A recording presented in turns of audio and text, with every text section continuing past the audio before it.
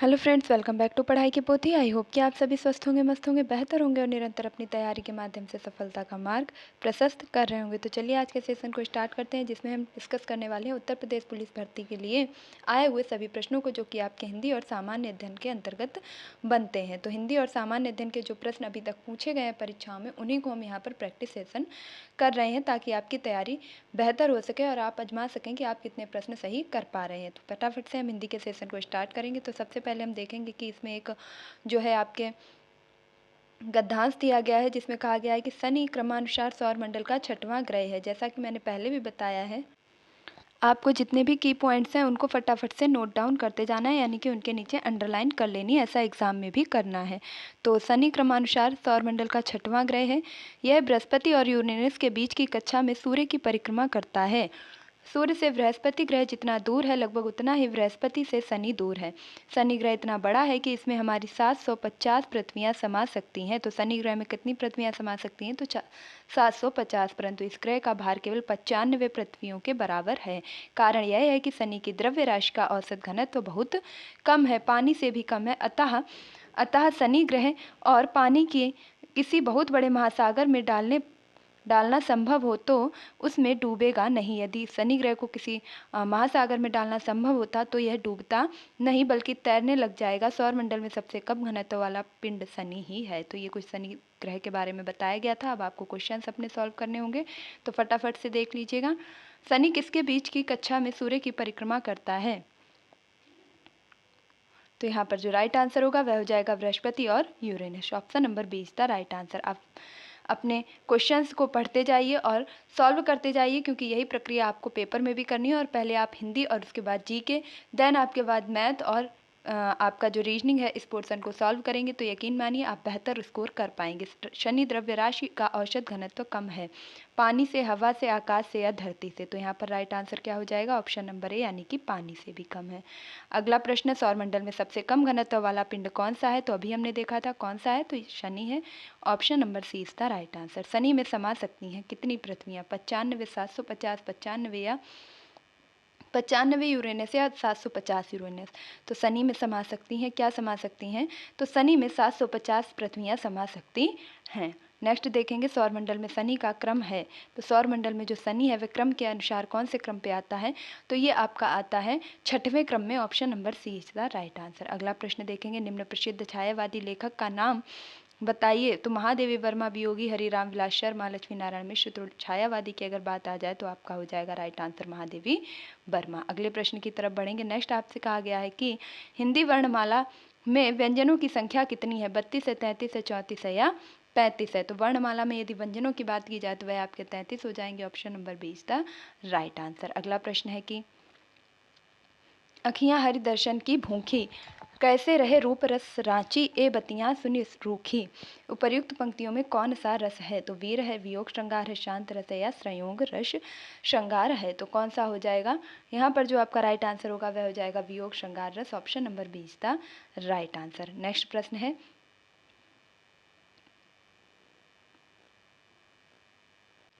मात्रा क्रम की दृष्टि से दोहा के ठीक विपरीत पड़ने वाले छंद का नाम क्या है? तो दोहा के ठीक विपरीत क्या होता है?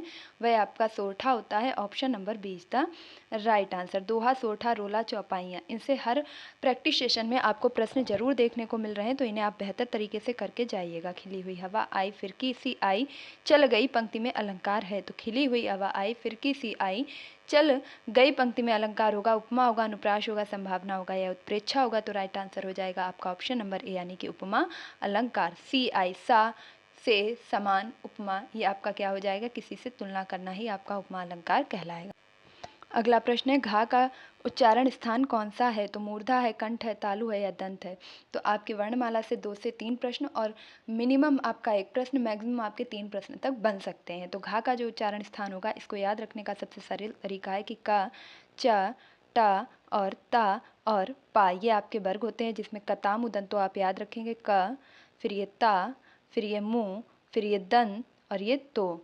तो आपका का वर्ग का उच्चारण स्थान कंठ हो जाएगा, चा वर्ग का उच्चारण स्थान दंत हो जाएगा, टा वर्ग का उच्चारण स्थान मूर्धा हो जाएगा, ता वर्ग का उच्चारण स्थान दंत हो जाएगा, पा वर्ग का उच्चारण स्थान ओष्ठ हो जाएगा। तो यहाँ जो का खा घा आएगा ये आपका कंठ में आएगा। तो ऑप्शन नंबर आपका कौन सा सही हो जाएगा? बी। अगले प्रश्न की तरफ बढ़ेंगे। नेक्स्ट हो जाएगा कि किस समास में दोनों पद मिलाकर एक नया अर्थ प्रकट करते हैं, यानी कि तृतीय पद प्रधान होता है। तो बहुब्रीय में, द्वंद्व में, कर्मधारय में या तत्पुरुष में। तो यहाँ पर जो राइट आंसर होगा वह हो जाएगा बहुब्रीय। आंसर नंबर ए बिल्कुल सही हो जाएगा। द्वंद्व में आपके दोनों पद प्रधान होते हैं और कर्मधारय में आपके विशेषण और विशेषता से संबंधित जो है देखने को मिलता है। अगला प्रश्न है कि निम्नलिखित में से कौन सी ध्वनि अल्प प्राण है? तो खा है, घा है, धा है या ता है। तो अल्प प्राण, महाप्राण, अघोष और सघोष। तो यहाँ आप याद रखेंगे कि अघोष 12, महाप्राण 24, महाप्राण 24। बस इतनी चीज़ याद रखेंगे, आपके सारे क्वेश्चंस यहाँ से सॉल्व हो जाएंगे। तो यहाँ पे महाप्राण नहीं बल्कि अल्प प्राण पूछा गया है। तो जब महाप्राण 24 यानी प्रत्येक वर्ग का दूसरा और चौथा वर्ण महाप्राण होगा तो पहला, तीसरा और पांचवा क्या हो जाएगा? अल्प प्राण हो जाएगा। तो खा आपका दूसरे नंबर पे आता है, नहीं होगा। और आपका धा है, इसके बाद आपका था है और ता है। तो यहाँ पर जो आपका राइट आंसर बनेगा वह हो जाएगा ऑप्शन नंबर डी, यानी कि ता आपका कैसा हो जाएगा? अल्प प्राण हो जाएगा। राम हृदय जाके नहीं विपत्ति सुमंगल ताहि, राम हृदय जाके नहीं विपत्ति सुमंगल ताहि। तो राम हृदय जाके नहीं विपत्ति सुमंगल ताहि, राम हृदय जाके नहीं विपत्ति सुमंगल ताहि, इनमें कौन सा अनुप्रास है? तो श्रुत्यानुप्रास है, वृत्यानुप्रास है, लाटानुप्रास है या छेकानुप्रास है। तो यहाँ पर जो राइट आंसर होगा वह हो जाएगा ऑप्शन नंबर सी, यानी कि लाटा नृपाश। जैसे आपका कहा जाता है पूत कपूत तुको धन संचय, पूत कपूत तुका धन संचय।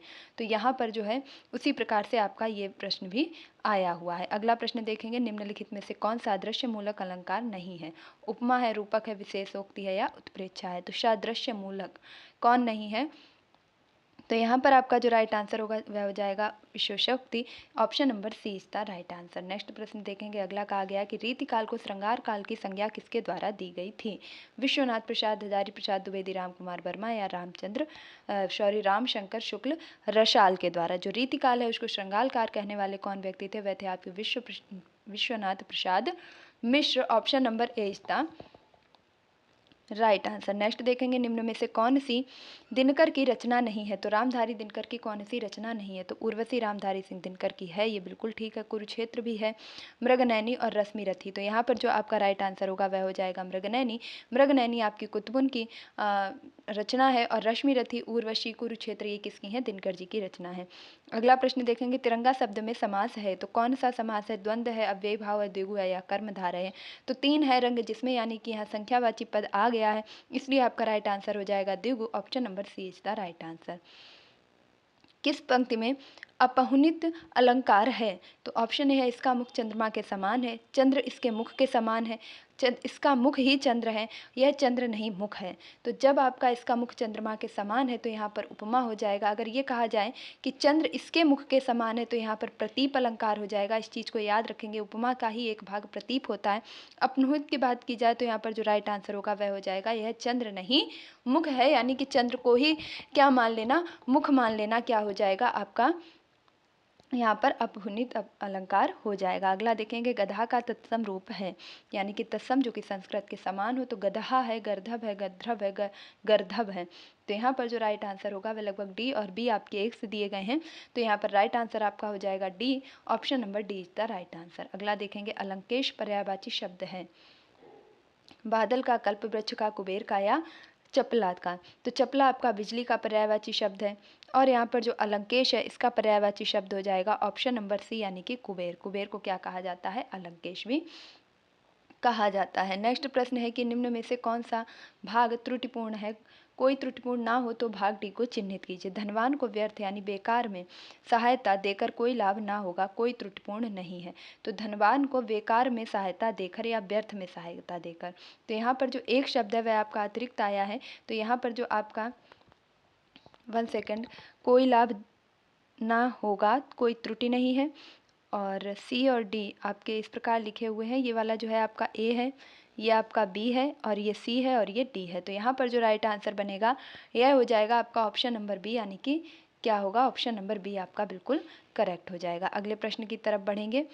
जिसके पास कुछ ना हो के लिए एक शब्द क्या है? अक्षम, अकिंचन, अज्ञ या असमर्थ। जो समर्थ नहीं है वह असमर्थ है, जो कुछ नहीं जानता है वह अज्ञ है, और अक्षम वह है जो सक्षम नहीं है, और अकिंचन वह है जिसके पास कुछ भी नहीं है। तो ऑप्शन नंबर बी बिल्कुल राइट।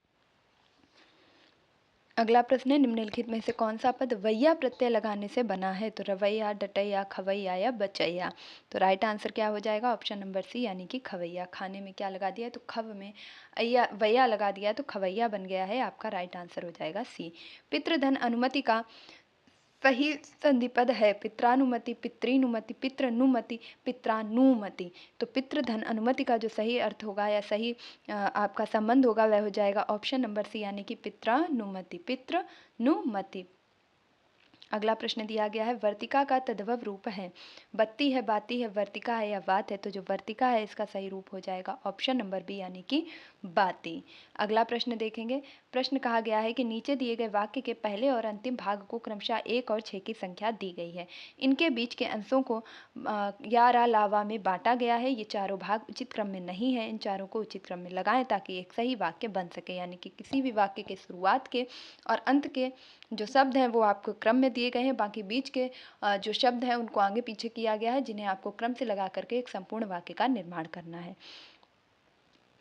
जिस प्रकार दहकना है उसी प्रकार उसके स्वभाव का मनुष्य का धैर्य अग्नि का धर्म पर्याय होना चाहिए। तो यहाँ पर जो आपका राइट आंसर बनेगा वह हो जाएगा ऑप्शन नंबर सी। अब देखिए कैसे हो जाएगा।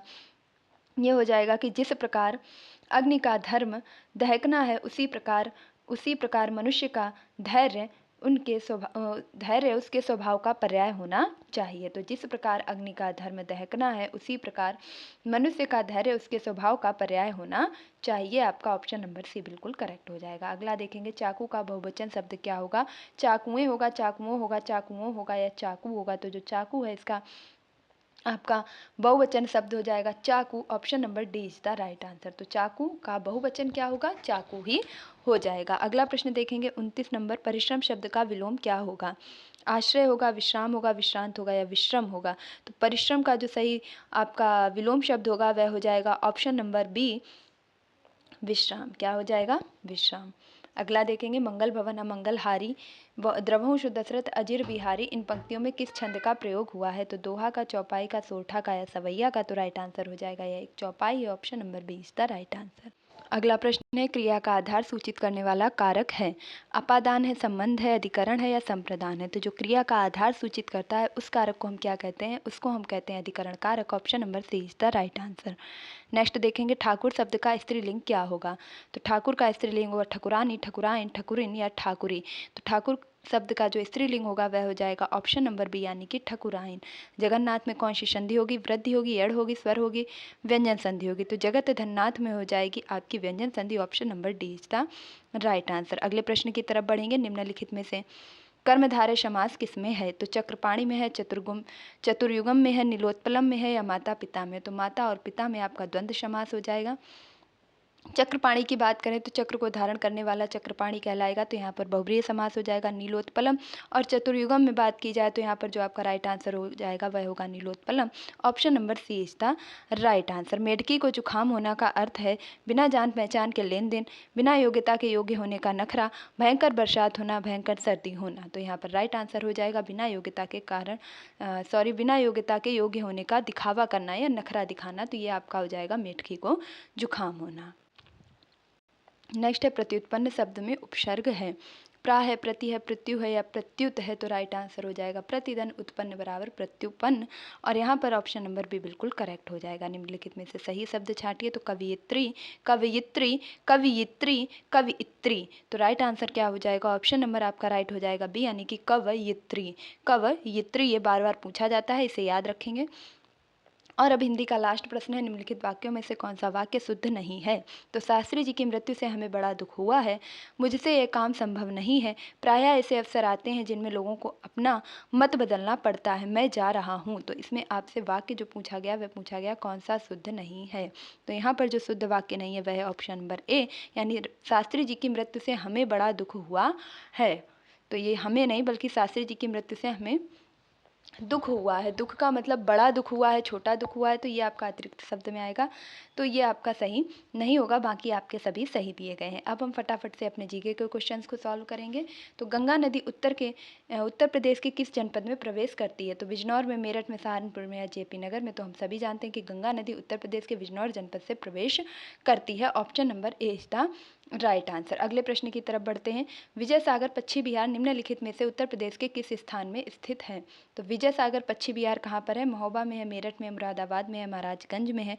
तो राइट आंसर हो जाएगा आपका ए, यानी कि महोबा में आपके विजय सागर पक्षी विहार स्थित है। और सबसे बड़ा पक्षी विहार कौन सा है? तो नवाबगंज पक्षी विहार सबसे बड़ा पक्षी विहार है। अगला प्रश्न है कि उत्तर प्रदेश में लाल मिट्टी मुख्यतः पाई जाती है? तो सीतापुर, बाराबंकी में, एटा, मैनपुरी में, मिर्जापुर, झांसी में या आगरा, मथुरा में? तो लाल मिट्टी की बात की जाए तो ये सबसे ज़्यादा पाई जाती है मिर्जापुर और झांसी में। Option number C is the right answer. निम्नलिखित में से कौन सा एक सही सुमेलित नहीं है? तो एक आपको चयन करना है जो कि सही सुमेलित नहीं होगा। तो लखीमपुर खीरी अधिकतम भौगोलिक क्षेत्रफल वाला आपका जनपद है, तो ये बिल्कुल ठीक है।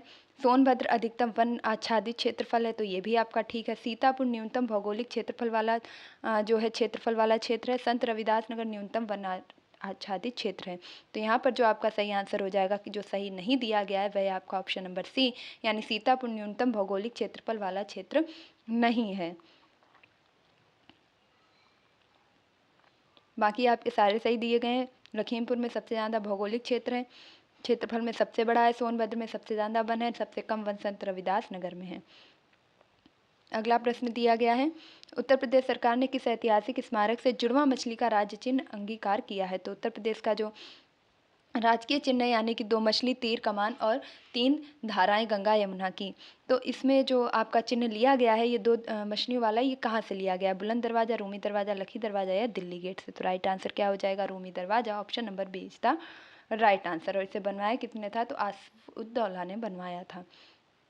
अगला प्रश्न देखेंगे, जून 2023 में किस राज्य में प्रसिद्ध बिहू कुहू महोत्सव मनाया गया? तो बिहू कुहू महोत्सव कहाँ मनाया गया? मणिपुर में, त्रिपुरा में, अरुणाचल प्रदेश में या नागालैंड में? तो राइट आंसर हो जाएगा आपका अरुणाचल प्रदेश में। Option number C is the right answer. अगला प्रश्न देखेंगे, प्रश्न है कि किस देश के लिए स्पेसएक्स ने स्टारलिया फर्स्ट नामक संचार उपग्रह को लॉन्च किया? मलेशिया, थाईलैंड, भारत या इंडोनेशिया? तो राइट आंसर क्या हो जाएगा? Indonesia. Option number C D is the right answer. June 2023 में कौन सा railway station eat right station प्रमाण से सम्मानित होने वाला पूर्वोत्तर रेलवे का पहला स्टेशन बन गया है? तो डिब्रूगढ़, रंगिया, गुवाहाटी या गोरखपुर? तो पूर्वोत्तर रेलवे का ईट राइट स्टेशन से प्रमाणित होने वाला जो पहला स्टेशन है वह है आपका ऑप्शन नंबर सी, यानी कि गुवाहाटी रेलवे स्टेशन। नेक्स्ट प्रश्न है, चीन भारत सीमा विवाद भारत और चीन के बीच एक युद्ध था जो वर्ष एक्स में हुआ था। कब हुआ था? 1952 में, 1962 में, 1972 में या 1982 में? तो भारत और चीन के बीच में जो विवाद हुआ था वह हुआ था आपका ऑप्शन नंबर बी, यानी कि 1962 में। अगले प्रश्न की तरफ बढ़ेंगे। हर्यक वंश से मगध वंश के पहले शासक थे? बिंबिसार थे, अशोक से, प्रसेनजित थे या अजातशत्रु थे? तो यहाँ पर राइट आंसर हो जाएगा आपका Bimbisara. Option number A is the right answer. Next देखेंगे अगला प्रश्न, अलाउद्दीन खिलजी के शासनकाल में निम्नलिखित में से कौन राज्यपाल था? तो जलालुद्दीन खिलजी था, शमसुद्दीन, इल्तुतमिश था, गयासुद्दीन तुगलक था, नसीरुद्दीन महमूद था? जो अलाउद्दीन खिलजी का आपके राज्यपाल था वह था आपका ऑप्शन नंबर सी, यानी कि गयासुद्दीन तुगलक। अगला प्रश्न देखेंगे, निम्नलिखित में से किस वर्ष भारत में ब्रिटिश औपनिवेशिक सरकार द्वारा मॉन्टफोर्ट सुधार रिपोर्ट प्रस्तुत की गई थी? तो यहाँ पर जो आपका राइट आंसर होगा, यानी कि 1942 में, 38 में, 18 में या 7 में? तो राइट आंसर हो जाएगा ऑप्शन नंबर सी, यानी कि 1918 में। 1919 में आपका मॉन्टेग्यू चेम्सफोर्ड आया था, तो उसी के पहले आपकी ये रिपोर्ट आई थी 1918 में। अगला प्रश्न है आपके सामने कि 1932 का पूना पैक्ट महात्मा और एक्स के बीच में हुआ था? बाल गंगाधर तिलक, लॉर्ड इरविन, अरविंद घोष या बी आर अम्बेडकर? तो महात्मा गांधी और बी आर अम्बेडकर के बीच में 1932 को पूना पैक्ट आयोजित किया गया था। कहाँ? तो महाराष्ट्र के पुणे जेल में। अगला प्रश्न देखेंगे, निम्नलिखित में से किसे श्वेत पर्वत के नाम से भी जाना जाता है? तो चोओयू, मकालू, लोहतेशे या धौलागिरी? तो किसको आपके श्वेत पर्वत के नाम से जाना जाता है? तो यहाँ पर राइट आंसर हो जाएगा Dhaulagiri. Option number D is the right answer. Next प्रश्न है कि त्वांग और लहासा को जोड़ने वाले दर्रे का क्या नाम है? चनकन है, बुमला दर्रा है, हपुनगन दर्रा है या कुमाज वंग दर्रा है। तो कौन सा हो जाएगा? त्वांग और लहास को जो जोड़ता है उसका नाम क्या है? उसका नाम है बुमला दर्रा। Option number B is the right answer. Next देखेंगे भारत की सबसे लंबी झील कौन सी है? तो पैगोंग है, पुलिकट है, कोलेरू है, बेम्बनाद है। तो जो भारत की सबसे लंबी झील है वह है आपकी ऑप्शन नंबर डी यानी कि बेम्बनाद झील। कहाँ पर है? तमिलनाडु में स्थित है। नेक्स्ट देखेंगे अगला प्रश्न है कि गंगा नदी और सिंधु नदी अपवाह तंत्र के बीच कौन सा क्षेत्र जल क्षेत्र को पृथक करता है? तो गंगा और सिंधु के बीच के जल क्षेत्र को कौन पृथक करता है? हरिद्वार करता है, नामचा बरवा करता है, अलकनंदा करता है या अंबाला करता है? तो राइट आंसर क्या हो जाएगा? Ambala. Option number D is the right answer. अगले प्रश्न की तरफ बढ़ते हैं और नेक्स्ट प्रश्न है कि दामोदर वैली कॉरपोरेशन का है। दामोदर वैली कॉरपोरेशन क्या है? संवैधानिक निकाय है, दामोदर घाटी की देखभाल करने वाला नगर निगम है, बिहार में स्थित निजी उद्यम है, गैर सरकारी संगठन है। तो राइट आंसर क्या हो जाएगा? एक सांविधिक निकाय है। कैसा निकाय है? सांविधिक निकाय है दामोदर वैली कॉरपोरेशन। अगला प्रश्न है कि संविधान सभा का 10वां अधिवेशन कब आयोजित किया गया था? 16-17 अक्टूबर 1949, 4 नवंबर 1948 से 8 जनवरी 1949, 16 मई से 16 जून 1949 और 16 से 31 जुलाई 1947। तो ये कब आयोजित किया गया था 10वां अधिवेशन? तो कुल 12 अधिवेशन हुए थे। 12वां हुआ था आपका 26 नवंबर 1949 को, और उसके पहले अगर बात की जाए 10वें अधिवेशन की तो वह आपका आयोजित किया गया था 16 से 17 अक्टूबर 1949 के बीच में। अगला प्रश्न है कि भारतीय संविधान का अनुच्छेद 58 ने पर्यावरण का संरक्षण और सुधार एवं वन और वन्य जीव की सुरक्षा किससे संबंधित है? यानी कि जो 48A है वह किससे संबंधित है? तो राज्य सरकार से है, केंद्र सरकार से, भारतीय नागरिक के मौलिक अधिकार से, राज्य के नीति निर्देशक तत्व से है। तो किसका हो जाएगा?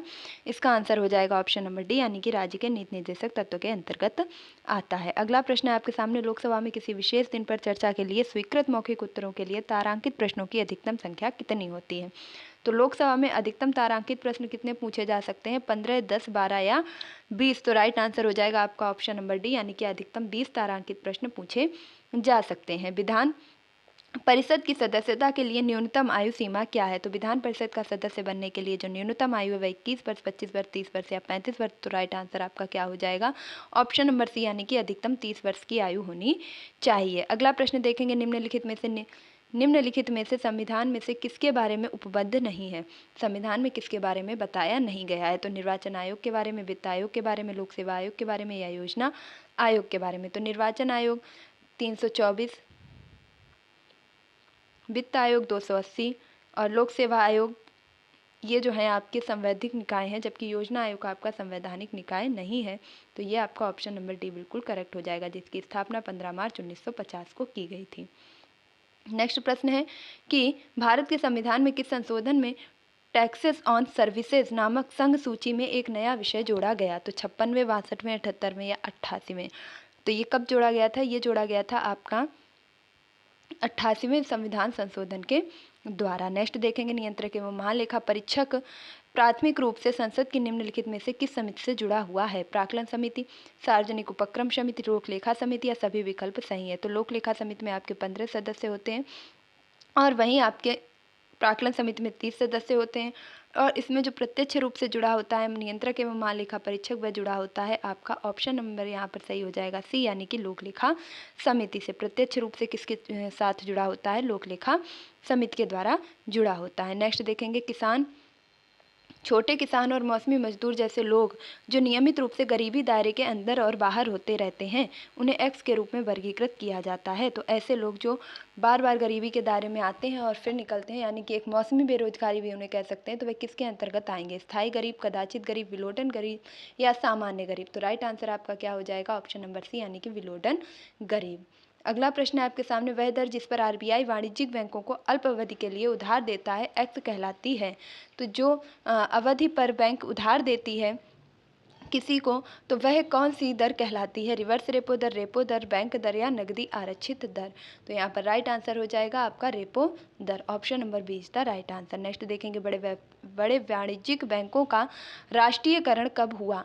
1947 में, 1956 में, 1969 में या 1980 में। तो जो बड़े वाणिज्यिक बैंक हैं उनका राष्ट्रीयकरण हुआ था 1969 में। Option number C is the right answer. अगला प्रश्न है आपके सामने, भारत में सार्वजनिक वितरण प्रणाली यानी कि यस के बारे में असत्य कथन को पहचानिए, जो गलत है उसको पहचानना है। तो गरीबी रेखा के नीचे यापन करने वाले रियायती मूल्य पर खाद्यान्न मिलता है। वर्ष 1997 से पीडीएस लक्षित उपभोक्ताओं के लिए टीबीडीएस बन गया है। पीडीएस की परिकल्पना 1967 में उपभोक्ताओं की सहायता के लिए मूल्य समर्थन कार्यक्रम के रूप में की गई थी। और लास्ट है आपका ऑप्शन कि देश में पीडीएस को 2007 से बंद कर दिया गया है। तो यहाँ पर जो आपका राइट आंसर होगा वह हो जाएगा आपका, कौन सा सही हो जाएगा, ऑप्शन नंबर डी कि यही आपका गलत दिया गया है, ये बंद नहीं की गई है। बाकी आपके ऊपर के तीनों ही विकल्प सार्वजनिक वितरण प्रणाली से संबंधित सही दिए गए हैं। नेक्स्ट प्रश्न देखेंगे। अगला प्रश्न है पीएमजीवाई का पूर्ण रूप क्या है? तो प्रधानमंत्री ग्राम योजना, प्रधानमंत्री ग्रामोदय योजना, प्रधानमंत्री गुरुकुल योजना, प्रधानमंत्री गरीब योजना। तो राइट आंसर हो जाएगा ऑप्शन नंबर बी, प्रधानमंत्री ग्रामोदय योजना। अगला प्रश्न देखेंगे 12वीं पंचवर्षीय योजना का जो कार्यकाल है वह क्या था? तो 2007 से 10 था, 12 से 17 था, 15 से 20 था या 5 से 10 था। तो यहाँ पर जो राइट आंसर होगा वह हो जाएगा ऑप्शन नंबर बी, यानी 12 से लेकर के 17 तक 12वीं और अंतिम पंचवर्षीय योजना का कार्यकाल था। यह आपके समावेशी विकास पर आधारित थी। और इसके बाद योजना आयोग की जगह क्या आ गया है? नीति आयोग आ गया है, जिसकी स्थापना 1 जनवरी 2015 को की गई है। प्रसिद्ध संपादक, कवित्री, विदुषी और लेखिका इंदिरा गोस्वामी कौन सी भाषा के लिए ज्ञानपीठ पुरस्कार दिया गया? तो यहाँ पर जो राइट आंसर होगा वह हो जाएगा आपका Asamiya, option number C is the right answer. Next प्रश्न देखेंगे डकवर्थ लुईस स्टर्न विधि निम्नलिखित में से किस खेल से संबंधित है? तो डकवर्थ लुईस और स्टर्न ये विधि किससे संबंधित है? फुटबॉल से, हॉकी से, पोलो से या क्रिकेट से? तो राइट आंसर हो जाएगा आपका क्रिकेट से, option number D is the right answer. Cricket में कितने खिलाड़ी होते हैं? तो आपके 12 खिलाड़ी होते हैं, इसे भी याद रखेंगे। पोलो में आपके 4 होते हैं, वाटर पोलो में 7 होते हैं। लघु गणक का आविष्कार किसने किया था? तो लघु गणक का जो आविष्कार है वह किसके द्वारा किया गया था? ईडन स्नोडेन के द्वारा, लैरी पेज के द्वारा, थॉमस एडिसन के द्वारा या जॉन नेपियर के द्वारा? तो लघु गणक का आविष्कार किया गया था जॉन नेपियर के द्वारा, option number D is the right answer. Next प्रश्न है आपके सामने कि कुछ देश और उनसे संबंधित मुद्राएं दी गई हैं जिनसे आपका एक प्रश्न फिक्स है। तो रूस की मुद्रा येन है, भूटान की पेसो है, जो सही ढंग से मेल खाता है उसको आपको चुनना है। म्यांमार की क्यात है, चीन की रूबल है। तो राइट आंसर क्या हो जाएगा? ऑप्शन नंबर सी, यानी म्यांमार की मुद्रा क्यात है, यहाँ की राजधानी नेपेते है और आपकी जो चीन की मुद्रा है वह रिंगबिट कही जाती है। भूटान की थिम्पू राजधानी है।